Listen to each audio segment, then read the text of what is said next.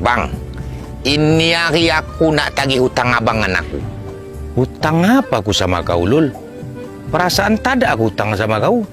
Yang ada kau yang hutang selalu sama aku. Oh, itu dulu bang. Masih aku masih susah. Tapi kan teringat aku bayar semua.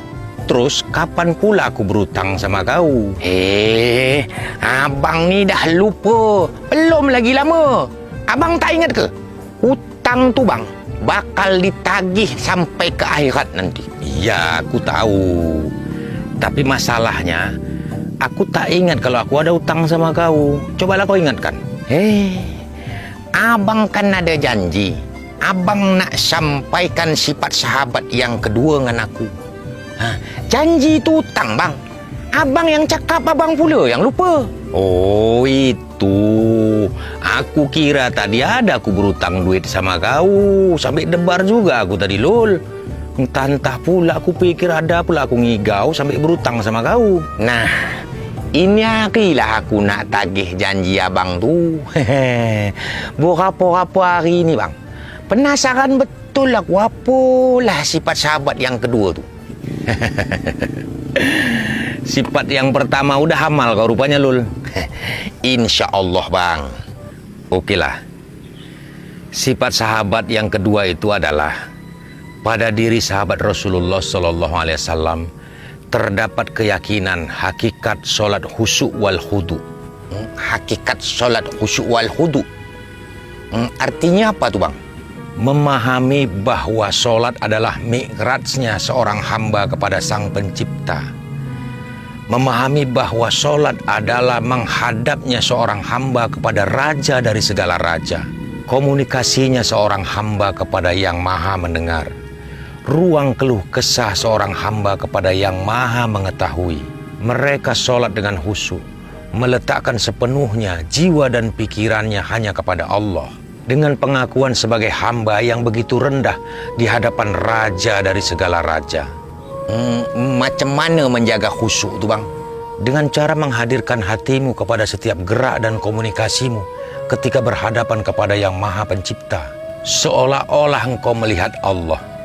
Namun sekalipun engkau tak dapat melihat Allah, tapi yakinlah bahwa Allah melihatmu, bahwa Allah mendengar setiap detak jantungmu.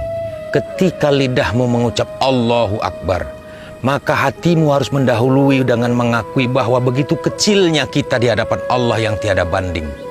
Kau tahu betapa kecilnya kita di hadapan Allah, bahkan bila dibandingkan dengan ciptaannya seperti matahari. Para ilmuwan telah meneliti bahwa besarnya matahari berbanding 1.200.000 kali lipat bila dibandingkan dengan luasnya bumi. Maka jika matahari itu sebesar bola basket, bumi ini hanya sebesar biji jeruk. Di permukaan biji jeruk itu terhampar seluruh lautan, gunung, dan hutan yang ada di muka bumi, serta ratusan negara-negara di dunia. Kita tinggal di salah satu negara yang namanya Indonesia. Di Indonesia ada 37 provinsi. Kita tinggal di salah satu provinsi yaitu Sumatera Utara.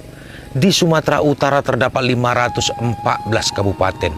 Dan kita tinggal di salah satu kabupaten yang bernama Kabupaten Langkat. Dan di Kabupaten Langkat terdapat 23 kecamatan dengan 270 desa dan kelurahan. Kita tinggal di salah satu dusun kecil ini, Lul. Coba kau bayangkan, Lul. Terhadap matahari saja kita begitu kecil.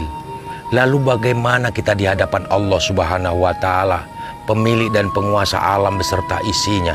Masih pantaskah kita berdiri merasa besar? Masih pantaskah kita berjalan di muka bumi ini dengan rasa kesombongan?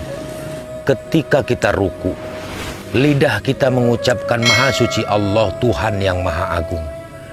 Tapi bagaimana bisa jika hati kita tidak pernah merasa hina? Ketika kita sujud, lidah kita mengucapkan Maha Suci Allah, Tuhan yang Maha Tinggi. Tapi bagaimana bisa jika hati kita tak pernah merasa rendah di hadapannya? Inilah yang ditakutkan oleh baginda Rasulullah Sallallahu Alaihi Wasallam. Kebanyakan solat kita hari ini tinggal bacaan dan gerakannya saja.